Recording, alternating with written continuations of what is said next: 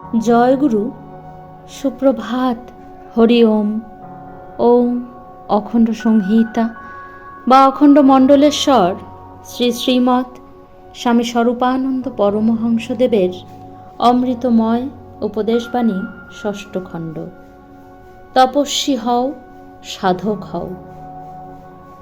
কি কথা তোমাদের শোনাব পুত্রগণ? চুপ করে থাকার ভিতর দিয়েই সত্যিকারের বাণী নির্গত হয়। নীরবতার কথা বলছি না, যে নীরবতায় চিত্ত, আত্মা, প্রাণ সবচেয়ে বেশি কর্মশীল থাকে, সেই পরমনিষ্ঠ নীরবতার কথা বলছি, যার এক দৃষ্টান্ত দেখিয়ে গেলেন সেই দিন ফরিদপুরের প্রভু জগবন্ধু, আর দেখাচ্ছেন পণ্ডিচেরিতে ঋষি অরবিন্দ।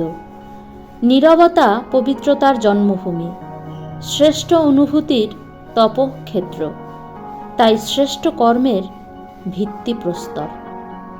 অপরের সুপ্রযুক্ত বাক্য লোকের চিত্তে যে আলোড়ন উপস্থিত করে, তোমার 1,00,000 চিন্তা বাক্যের সাহায্য ব্যতীতই তা করতে সমর্থ হোক।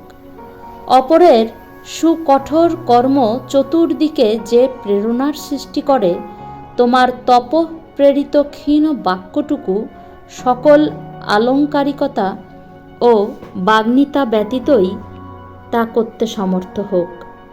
অপরের আজীবনের আত্মত্যাগ জনগণ মধ্যে যে কল্যাণকে সুপ্রতিষ্ঠিত করবে, তোমার তপনিষ্ঠ জীবনের 1টি 2টি কর্ম তার চেয়ে অধিক করতে সমর্থ হোক।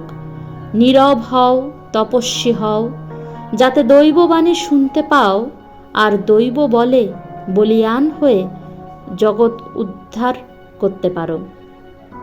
অধরপুট রুদ্ধ করো, যাতে তোমার মৌন ইচ্ছাই জগৎকে জয় করে ফেলতে পারে। তপস্বী হও, সাধক হও। হরি ওম।